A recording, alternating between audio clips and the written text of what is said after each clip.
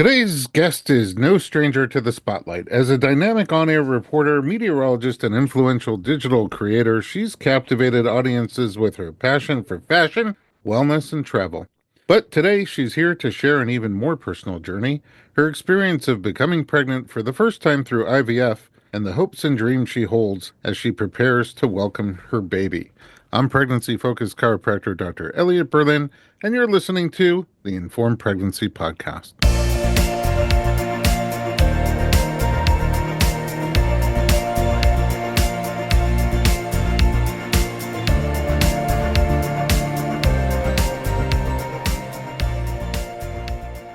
Liberté Chan, welcome to the podcast. Thank you so much for having me. I'm excited to have you. First of all, how often do you get to talk to a real live meteorologist? Well, I just had a lunch with some girlfriends, and two of the three were meteorologists. Oh, So my goodness. if you're in that world, I guess more often than not. I guess for you it's not a rare occurrence, but for Yeah. me it is.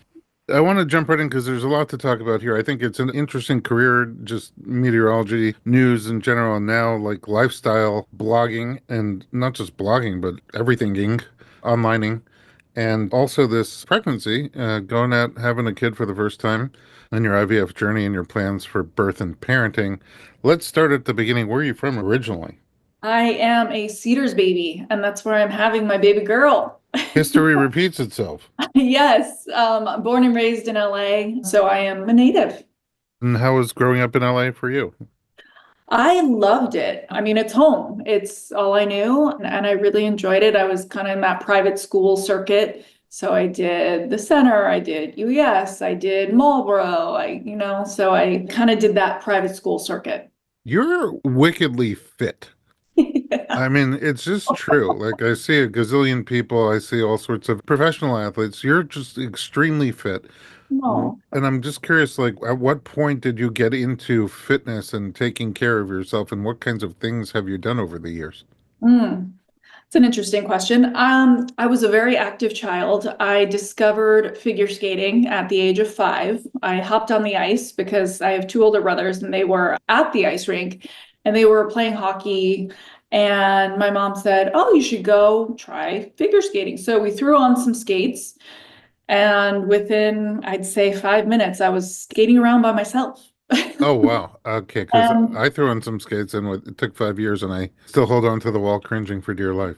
I kind of just fell in love with it. I don't know, at a very young age. And then that turned into a competitive figure skating career. So I hopped on the ice at 5 and I competed until I was about 15 years old.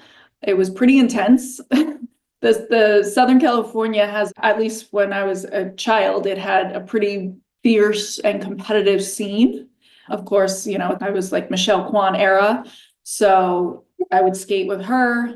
And I just spent so much time on the ice. So I think going back to your question, it was just in me to be an active person. And even though I quit competing at 15 in college, I picked it up and I picked up some extra credits just by teaching a PE class. And then I took on private lessons in college to make some money.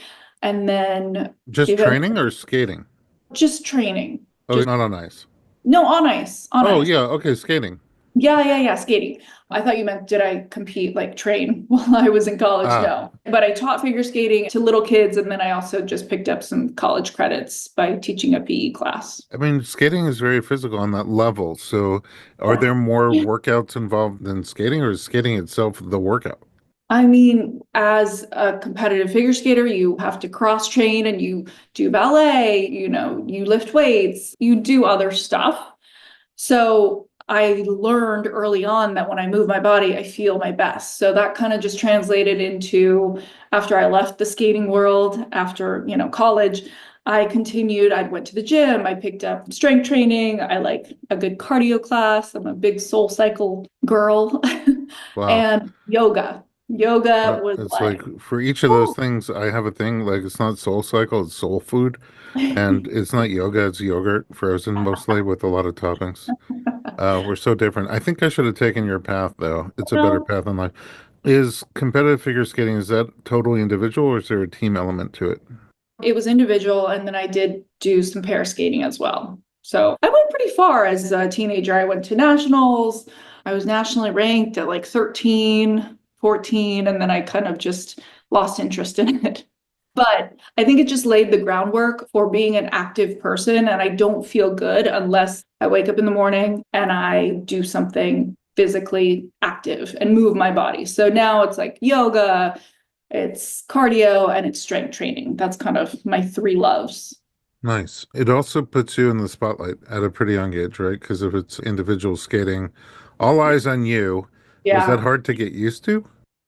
I was never a big talker, but I could perform in front of an audience without speaking. I could express myself without speaking much better than I have a fear of public speaking, which is weird because I am on the news. Yeah.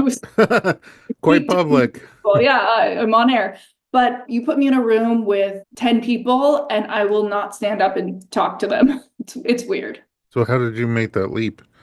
I knew early on in high school that I wanted to be in news because I would watch all the beautiful news girls here in LA. I'd watch the weather girls, I'd watch the journalists, the anchors, the reporters out in the field. And in my head, I'm like looking at these women and I'm like, first off, they're super smart. I love that. They're super confident and they just know everything. Like they know so much. Little did I know that it took all day to create a story or reading a teleprompter. I just thought that they knew everything. So Yeah. it just piqued my TV interest. magic. Exactly, exactly. So that's what piqued my interest. But I was a very shy child, I could perform in front of people without speaking, but I had to get over that fear of talking on my camera. Was there a particular method you used to get over that shyness? I just knew that I wanted the job of a reporter journalist so bad. And I thought to myself at 20 years old, I said, if I don't do this now, I'm going to regret it my whole life. So let me figure out how to get over this fear. So for me, getting over fear, I have to educate myself. So I went back to school. I graduated with a degree in print journalism. And then I thought, okay, if I want to get into broadcast journalism, I have to get a broadcast journalism degree. So I went back to school and I enrolled in some broadcast journalism classes. I ended up getting an internship at KTLA. And I was so scared to talk on camera, but there was a class, and it was called How to Read a Teleprompter, something like that. And so I thought, okay, I need to push myself and get into this class. So I got into the class and we did this like training at KTLA with an anchor who worked there at the time. And she kind of just took me under her wing and became a mentor. And she worked with me and she said, I started out in the business. I was very shy, just like you. You can get over this. And so she really gave me a lot of confidence and she taught me how to speak to a camera. Oh, that's really nice. And Yeah. then did you launch like from there into Oh, Los goodness. Angeles market? No, no, no. It was a long road. It was a long road with a lot of ups and downs. I have a few interests. Well, I have many interests, but at the time, I was 21. I had graduated college and I was doing these other classes through UCLA. And I thought, okay, I need to educate myself, but I'm also really into health and fitness. So I want to be a health reporter. So I thought, I'm going to go to graduate school. So I got into USC's School of Public Health because I thought, well, if I want to talk about health, I don't just want to talk about it and read about it and research. I actually want a degree. I want to have a master's degree in public health. I thought it would give me credibility. I thought it would give me confidence. So I went back to school at USC and I got my graduate degree. And at the time, I interned at KTLA. I became a news writer at KTLA because writing is the backbone of news. And I thought, okay, in 2 years, when I graduate with this degree, I will become a health reporter. Little did I know that, you start off in a small market, they don't really have a job for a Oh, health for reporter. health reporters. Yeah, you Uh, just call a doctor if, like you call an expert and you can just be a general assignment reporter and still report on health and fitness related stuff. But in a small market, you don't really have the luxury of having those people, those specific journalists who go out there. So I became a general assignment reporter in a small market. I sent out, gosh, like 50 tapes, reels, whatever, videos. I don't even know what you call it anymore. Like a montage of you speaking on camera trying to be a reporter, and you send it to all these small It markets. was the original reel Yeah, exactly. before these digital reels. It was literally a Exactly. VHS tape Exactly. that you sent out. Well, I sent out a DVD, DVDs. Okay. One that's what step later. Okay. yes, I sent out a bunch of DVDs and I got like no calls and I kept following up and I'm kind of like I don't give up. Like I'm kind of annoying. I'm like that person, which is good if you're a reporter journalist because you need to be like that. So I kept calling all these news stations. I sent it all across the country and I thought, well, I kind of just want to stay in California. I kind of want to be in California. I want to work my way back to LA. That was the dream. I just thought it would be really cool to work in a town that you grew up with and have your parents watch, you Yeah. know? So I went up and one of my first interviews was in Santa Barbara and they passed on me. And then I said, okay, well, let me see if I can go a little bit farther. So I went to a news station in Santa Maria and they actually hired me. And somehow, some way, I got on air there and I think it's like market maybe 121, you know, New York's number one, LA's number two. It's a small market.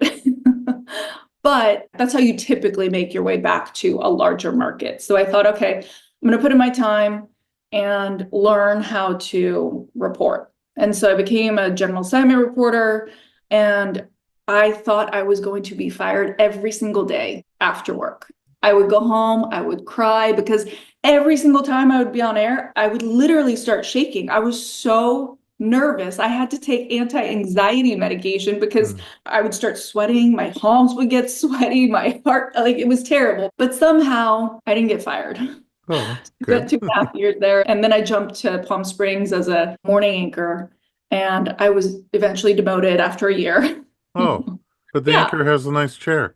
Yes, yes. And then I was put out in the field and I had to edit and report and do all sorts of things. And I thought to myself, is this for me? I'm making, gosh, like maybe 15, $18 an hour, like out in the desert. It was 110 degrees. I was carrying my own equipment. And I'm like, I don't know if this is for me.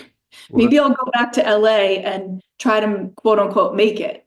So I left Palm Springs and I came back to LA. I still had some connections at KTLA and I reached out to a producer who had helped me in the very beginning of my career. And she said, oh, well, why don't you just come in and be a web producer? So I went back to KTLA as a web producer. It was a demotion, obviously, because I wanted to be on air, but they wouldn't put me on air because I was still green. And I think Palm Springs is actually a smaller market than Santa Maria. It's like market 150 or 60, but it's a feeder market, meaning a lot of people who work in Palm Springs will make a big jump to LA. So I thought, okay, well, if other people can do it, I can do it too. Let me just get my foot in the door. And at KTLA, as a web producer, it was around the holidays. I had been there for about 2 months, just, producing on the web, writing stories for other reporters and posting their reports. And I just never gave up on that dream of becoming a reporter here in LA. So I made friends kind of with the news director and I would go in there pretty much every day. And I'm like, did anyone call in sick? If they did, I'm available. And he's like, okay. He's thinking, okay, this is like very odd. Like usually I hear from an agent, I don't hear from some web producer, but I kept going in there and I was kind of a nudge. And then one day it was around the holidays and someone I think called in sick. And I went in there and he goes, okay, I'm going to give you a shot. Tamale story, because in LA, tamale, Yeah. it goes hand in hand with Christmas. So he's like, you're on a tamale story. Let's see what you can do. I went out there. I messed up. I was crying after the live shot because I thought, oh my gosh, I really effed up my chances of ever getting another chance. But somehow, some way, they gave me another shot and they kept giving me just a little chance. It was like maybe one day a week and then nothing for 3 weeks and then another day a week. And I slowly, I think, got better. You oozed And your way in. I did in a very unconventional way. Well, I mean, that sounds like you in a lot of Yeah. different ways. So Yeah.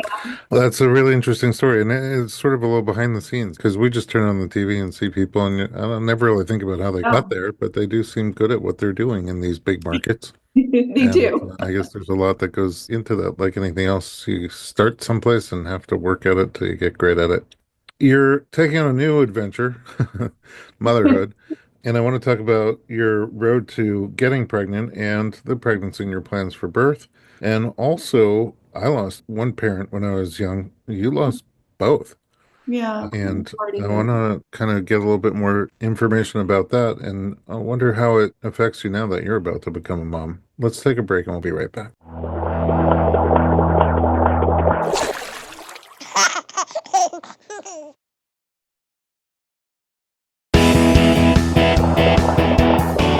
Welcome back. We're talking to Liberté Chan, and you're going to become a mom. You lost your parents in your 30s. I did. What happened, and what was that like for you? Woo! It was almost like being hit by a truck again and again and again. There were like 4 years where I lost my stepdad, who became my dad. And then I lost my dog, who I'm a huge dog lover. And I had her for 13 years, and that was, heartbreaking. And then I lost two best friends. And then my mom got pancreatic cancer, all within 4 years. So from 2017 to 2020, it was rough. So maybe, 3, 4 years. So my dad was such a bright light in my life, and he taught me so much. And I am the product of who he was for sure. I just catch myself doing things, saying things, because he was such a strong influence in my life. Now, I met him when I was 14. My biological dad, I have no contact with. I pretty much grew up with my mom taking care of everything. She put three kids through private school, basically like a single parent income, which is pretty badass if you think about it. Like, Yeah, totally. amazing. And so she was a great role model in that she had the work ethic of, it was incredible, which I think translates into my own work ethic. Maybe she worked too hard and maybe I worked too hard as well, but she would never stop. But anyways, she met my dad, Tom. He became my stepdad, and I just call him my dad because, he just did. He was dad. He filled the role. Yeah, he stepped into the role of being a dad. So he was incredible. He was from a small town in Ohio, self-made, created, a lot of wealth just by being kind of a badass. And so together, I think it was a really good thing for me to see because they were both pretty much the hardest working people I've ever met, even until the day they died. Yes, so I was very, very close with both of them. And my dad came down with ALS. He was diagnosed with ALS. Yeah, in 2015. At that time, I was a meteorologist on KTLA. He was so proud. Like, my parents were so proud. They would watch, they would tell me what they thought. It was always like, it was lovely having them in my life. And then he got this horrible disease, and watching him just become so frail. He was over 6 feet, and then he just became such a frail person. And, eventually it just robs you of everything. And you're kind of a hostage in your own body. Like, you can't even put on your pants at the end. You are wheelchair bound. It's a horrible disease. It's horrible. It's horrible. So that really cut me to the core when he passed in 2017. And then my dog died the following year. Two best friends died. And then the following year after that, my mom was diagnosed with pancreatic cancer, which Wow, so much. that's pretty Oh my much gosh. one of the worst cancers that you can get. It's pretty much a death sentence. I know that I think at the time it was like 8% survival rate, but within a year after her diagnosis, she passed as well. And at the time, I had just met my now husband. I was actually on a trip. My mom, she's pretty much a badass, and she, in between chemo treatments, she was planning trips around the world, and she's like, let's go to this Formula One race, because my family was very much into Formula One. My dad was a huge Formula One race fan. So we went to a lot of races. And so, kind of her last hurrah, her last year on Earth, she planned for trips, to Monaco to see the race, to Singapore to see the race. And I actually met my husband on a plane after the Monaco race with my mom, and my brother was there on a plane. And I sat next to Luis, my now husband, who's the father of my child. And it was on a trip back from Paris to LA.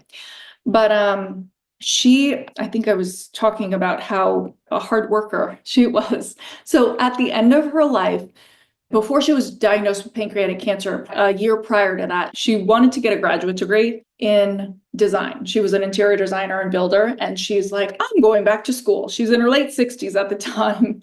Her husband had just passed, my dad, and she's like, I want to, do some more higher education. So she graduated from UCLA back in the day, and she thought, okay, I'm going to go to USC and get this master's degree in design and technology. So her second year, she was diagnosed with pancreatic cancer, and she's like, well, I'm going to finish. And so in between chemo treatments, she would do her homework. And she's like, I got to get my projects done before I go into chemo because I'm going to be too sick and I'm going to be I'm going to be in bed. And that's the last thing I'm going to do. So she did. And posthumously, she was awarded her graduate degree. Wow, that's really incredible, Yeah. impressive, and inspiring, and also kind of helps me understand you a little bit more and the tree from which you fell, Yeah. this Yeah. hardworking apple. Well, now you're on the journey to becoming a mom yourself. Do your parents come up? Oh my gosh, every day. I think about them every day and I pray to them every night. I know they've met my baby girl. I mean, I hope like they've connected with her. I don't know, everyone believes different things, but I really do believe that they're going to be protecting her and they're here for the ride. And once she's, here on planet Earth, I think they'll look out for her. I I could really want to believe. almost, honestly, almost feel them right now, even though we're not even in the same room. I could Mhm. literally almost feel them here with us on the podcast right now. Oh, you're gonna make me cry. Oh, sorry. It's just a very strong energy. Mhm. Liberté, you did IVF Mhm. to get thus far along. What was that process like for you? It wasn't bad. As my parents were very hard workers, and I'm a very hard worker as well. And I never really wanted, like, I was never super focused on becoming a mom and having a family. I was super focused on career, but Tamales. tamales. I Yeah. want to talk about tamales. I was on air at KTLA, early 30s, and my mom was like, you don't really have like a guy that you're married to that you really love. Like, you might change your mind in a few years. You might want to have a kid. I know you're really into your career and that's all you care about. You leave, family trips early. You come back from, I think I would, every time we would have a family trip, I would always leave early to come back and work on air because I was like, I don't want to be off air. I have a job, I have a career. And so she was like, you might want to freeze your eggs. And she's like, you might decide in the future that you want kids. And I was like, okay. So I went through one round of IVF at the time and I froze my eggs. And I am a very fertile person. Apparently, yeah, I was just born that way. And so we did one round and I got, I think, 24 eggs. And I was like, wow, I could have a football team. Wow. And that was just egg harvesting. You weren't making embryos. You were just No, just sticking egg. them in the freezer. Exactly. So they were on ice. And then I didn't really think about it. Like at one time I was like, do I sell my eggs? Like I could make money like in I other, mean, nowadays eggs are so expensive. right? And then Uh, I could make other people's dream come true. I never did. Okay. So you kept them in the freezer. Yeah, I kept them all on ice. And then I met my husband. Yeah, I met him in 2019. Eggs are still on ice. Ooh, right before the And pandemic. yes, right before the pandemic, right before my mom actually died. So So he met your mom. he did. We were on the plane from Paris to LA, and she's like, Oh. "You're talking to that guy an awful lot." And I was like, "He's nice." And she's Yeah. like, "You never talk to people on planes." And I was like, "I know, but he's nice." In any event, he did not want kids. So I went on, it was date number two. And I didn't really call it a date because he wasn't really like the guy that I thought I would be into. It was just like a friend. I just really liked talking to this person. Just the dude from the airplane.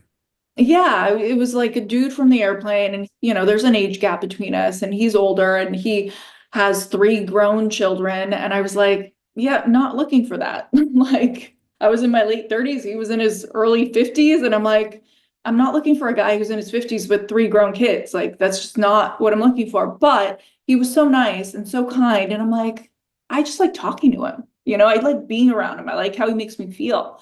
And so we went out on like, I'll call them meetups initially. Instead of dates. Okay.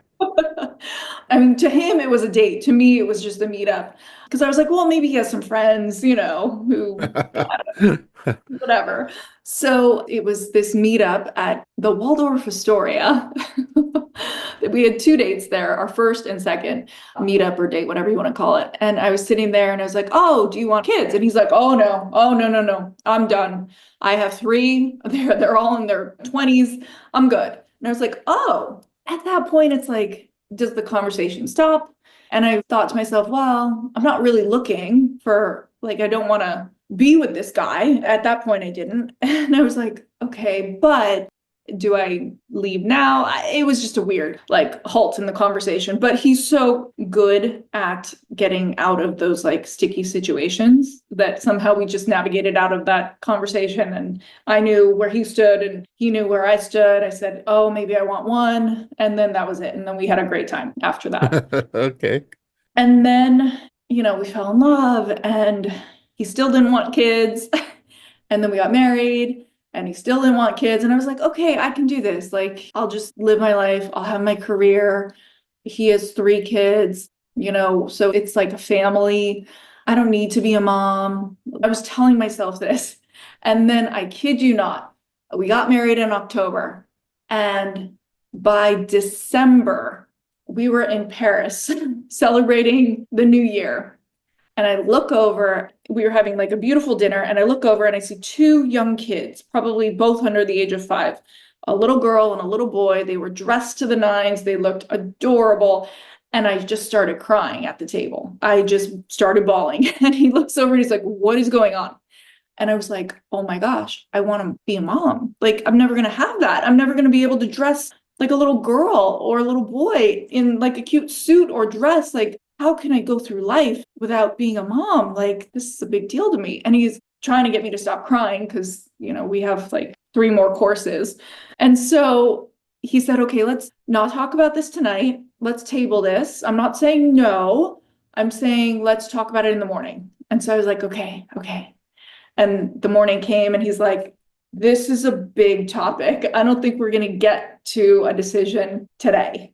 And I thought, okay, he's like, again, it's not off the table, but I don't know if I can really jump on board and say yes right now. And then it was like 2 years of me just thinking from the morning to night, something happens to a woman. I think when you get this like shift, like this maternal instinct, it just kicked into high gear. And I'm like, this is my only chance. Like, do I want to not be with my husband who I love and he's my soulmate? Do I want to go off and have a kid by myself? Like, I didn't know what to do. So yeah, we were stuck, I mean, like, spoiler alert, you got that bump going on, but Yeah. how did you resolve it? Through many, many conversations, therapy. It took him about, I'd say, a year to jump on board. It was baby steps. It was at first, okay, I understand that you want to have a kid. I don't think I can do that right now.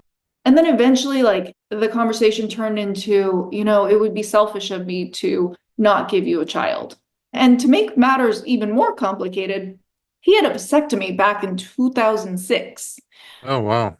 Okay. So it was not in the cards to reverse the vasectomy, but you can extract sperm, I've Uh, learned, yeah. and you can create embryos that way. So he's like, okay, so basically he came up with the idea of, okay, let's create these embryos and let's see how many we get. And then we'll make a decision. And I'm either going to give you a child or why don't we donate these embryos? And instead of one child, how many embryos? You could get 5, you could get 8, these viable embryos. We didn't know how many we would get. And we can donate them to people who do want to raise these children. And then at least you'll know that there are children out there that are half you, half me. And I thought, okay, I can do that. Like, at least, I've done stories on children that are, not living with their biological parents. They're either adopted or whatnot. And they reach out to the biological parents eventually, after they're 18, they're curious. And I thought, okay, if we do this, I'm going to write a long letter to all of these children and I was just holding on to hope that, if he wouldn't jump on board with allowing me to have his child, at least we would have these children out there. And eventually they would come meet us. But And I have this long letter that I could share with them about why we didn't raise them. oh, wow, Yeah. what a journey. What an Yeah. emotional journey as two individuals and as a couple. Yeah. Yeah. And then eventually he came to the table one day and he said, okay, I can't do this. I can't raise a child in my 50s and I don't want to do this, but we can donate the embryos. And at that point, we had created 5 viable embryos, 3 girls, 2 boys. And I thought, okay, I'm heartbroken, but at least they're going to be out there. And I know that they're going to contact us at one point. So I signed the paperwork. And then for like 2 weeks, he wouldn't sign the paperwork. And I'm like, what is going on? Like, you said I can't have your baby, and now you're not signing the paperwork. So I still have no children out there who are mine. And then we went on a trip to Argentina, and he came across this older guy in his 70s, and he had an 11-year-old son. And he thought, okay, if he can do it, I can do it. Gauntlet thrown, challenge accepted. Uh-huh. After seeing that example, we went back to the hotel room and he's like, I got to tell you something. And then he was like, I want you to have my child. And I was like, oh my God, like it was the Wow. best night ever. Wow. It was Yeah. so magical. And then we waited a little bit long, like maybe 6 months after the decision. And then we implanted the first embryo, and we both wanted a girl. So we implanted the first girl. And then it didn't work. And it broke my heart. Like, it was weird. The HCG was going up, but it wasn't going up enough. So it was like I was pregnant, but I wasn't pregnant, but like something was there. So I had to get this shot, and I don't remember what it was called. But then after the shot, I had to clear it from my body. So that was, I think we tried March of 2024. And then I had to wait until July of 2024 to have the second Ooh, implantation. that's tough. Yeah. After everything you'd already been through, that's a tough wait. Yeah. And then here we are now. And then here we are now, and I'm 30, what, 37? 47 weeks. Okay. She Almost still ready makes to love pop. now. Yeah, Yeah. there's that TV magic again. Oh, you put it in this oven raw and you take it out all cooked and ready to eat. Okay. Let's take another little break, and when we come back, we'll find out what you have in mind for your birth. We'll be right back.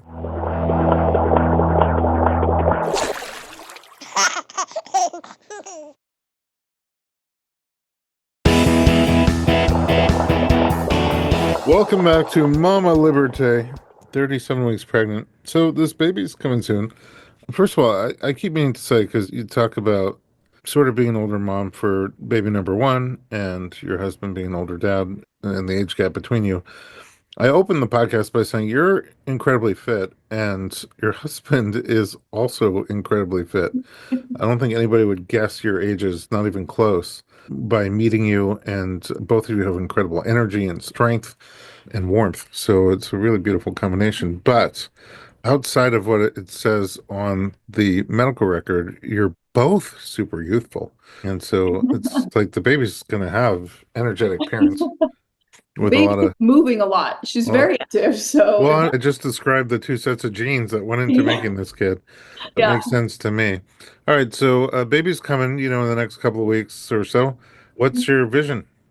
Oh gosh. Well, I definitely have to come see you every week until the baby comes, because I do get a few aches and pains now every so often, and you definitely help. You have literally magic hands, but Oh, thank you. I digress. What's the plan? Like, what's the birth plan? Is that? Yeah, like, or vision, like, what's your preferences? Well, the plan is to have a vaginal birth, push her out very quickly. Okay. What's plan B?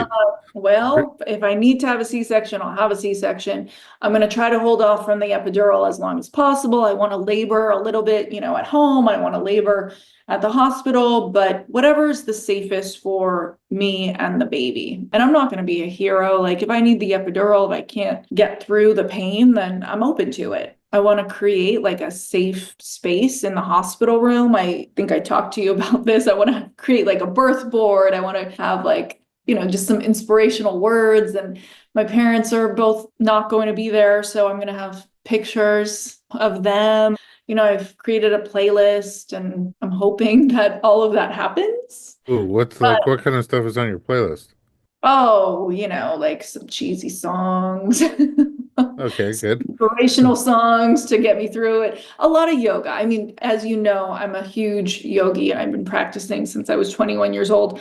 I still practice, I still do inversions right now. Now at 37 weeks? Yeah, yeah, yeah. All It right, we're just gonna have to post that a picture with this episode. yeah, I still do handstands, headstands, and I don't think it's for everyone. It's what my Well, body's used to doing. it's So it not feels for really me because my body is not used to doing anything like that, but it makes sense for you. Yeah, yeah, yeah. So, I mean, that's the plan. And then hopefully I can breastfeed without too much trouble. I'm all about hiring who I need to hire to help me, lactation nurses. I have a night nurse lined up. I have a postpartum doula.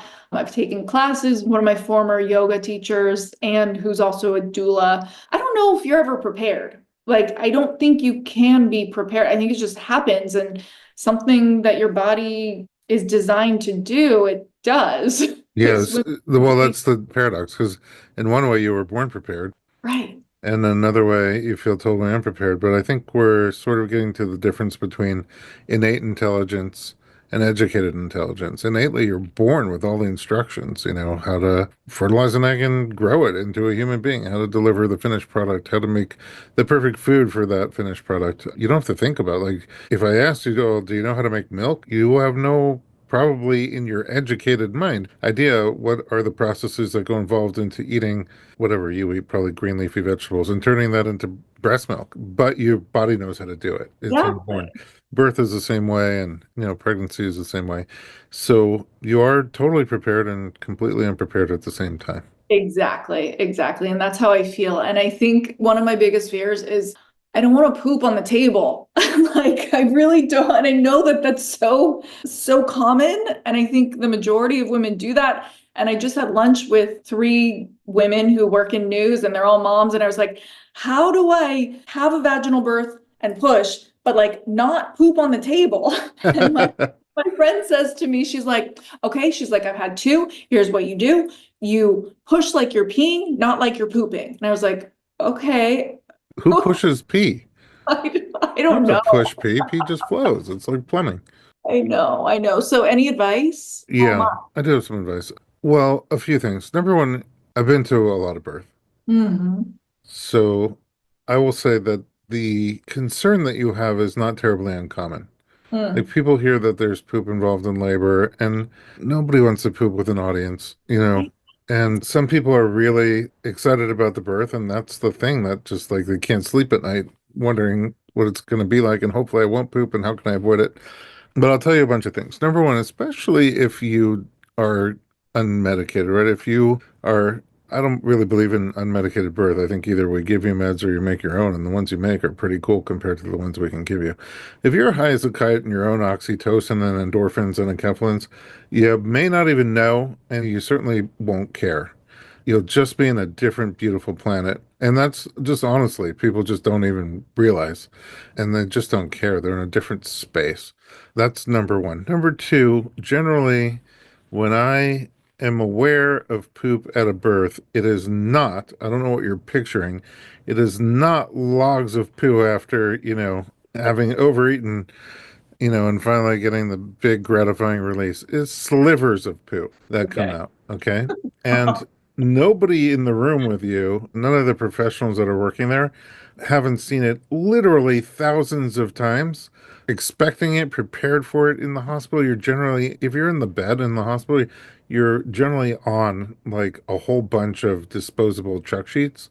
Mm. And if any poo emerges, they wrap it up so quickly and throw it out. You sometimes are not even sure if it happened or not. That is just the truth. Now, the other thing is, it makes sense to me that the baby, whoever created this human body, makes the baby kind of push back a little bit, yeah, towards your rectum and feels like you have to poop. And then the baby pushes from there forward and comes out more through the front, right? And I think that there's purpose in that. which is that by getting some of the fecal matter that's in the rectum to come through with the baby gets exposed to all of your bacteria Hmm. and needs to be exposed to all of your bacteria to start harvesting, cultivating, and growing their own healthy bacterial flora. And it's that exposure that gives them the advantage to be able to do that. That they need good bacteria to be able to digest. They need good bacteria to be able to fight off infection. It's a whole bunch of things that are going to be beneficial to them to start growing and harvesting that positive bacterial environment, microbiome. So in the event that my child is exposed to my poop, it's actually beneficial to her. It's a good thing. And I think that's why the system is the baby goes to the back, passes by the rectum, and comes out. I think it's supposed to happen. And maybe, I don't know, maybe just maybe knowing that that is not only a natural part of the process, but why it's a natural part of the process, that there's a benefit there. You might even be like, change of paradigm and be like, oh my gosh, was there poop? Hopefully there was poop. It actually does help with my perspective. Thank you for sharing that. And whoever's listening and fearing the same thing, it's a nice shift in mindset. Thank you. Thank Yeah, you. my pleasure. I mean, to recap, if you're on Medicaid, you may not even know what happened. Either Mhm. way, everybody around you is totally prepared for it, not grossed out by it, and will have it clean and so quickly that, again, you may not know it happened or question whether it happened. And then number three is it's not giant logs of poop, it's sliver. And finally, it's beneficial to the baby. It's poop with a purpose. Poop with a purpose. I This like is that. this is You my can new put that merch. on like a little onesie. Yes, my new merch, Poop with a Purpose, Informed Pregnancy. Tune in today.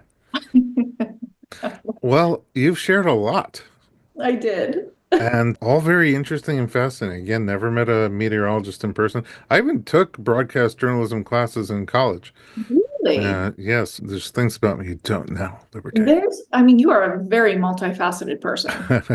Very Yeah, multi. I was a speech and drama major, so there was some journalism and broadcast journalism. I took a class with the person who was an anchor on New York nightly news. Yeah, and she talked in class just like she talked on TV. You know, after the break, we'll come back with homework. I'm like, does anybody have a remote control? Uh, but yeah, it was an interesting class. Still never met a meteorologist, and we didn't even talk about how I got into meteorology. But No, it's um, okay.